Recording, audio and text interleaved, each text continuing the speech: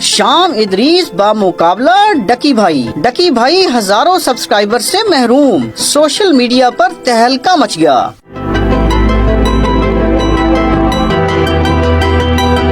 معروف یوٹیوبر شام ادریس نے اپنے پرانے حریف ڈکی بھائی پر سنگین الزامات عائد کیے ہیں اور چند ثبوت بھی سامنے لے آئے ہیں۔ واضح رہے کہ شام ادریس اور ڈکی بھائی کے درمیان گزشتہ 7 سال سے جھگڑا ہے، جس کا آغاز ڈکی بھائی کی جانب سے ہوا تھا۔ ڈکی بھائی نے شام ادریس کی ڈیلی ویلاگنگ پر تنقید کرتے ہوئے شادی اور دیگر چیزوں پر بات کی، جس کے بعد دونوں کے درمیان کھل کر کشیدگی ہو گئی۔ اب شام ادریس نے 7 سال کی خاموشی توڑتے ہوئے ڈکی بھائی پر ایک بار پھر سنگین الزامات عائد کیے ہیں اور ثبوت سامنے لانے کا دعویٰ کرتے ہوئے ویڈیو شیئر کر دی۔ انہوں نے اعتراف کیا کہ ڈکی بھائی کا فیس بک پیج بند کروانے کے پیچھے ان کا ہی ہاتھ تھا، جس کی وجہ سے کوئی اور نہیں بلکہ ویڈیو کانٹینٹ تھا۔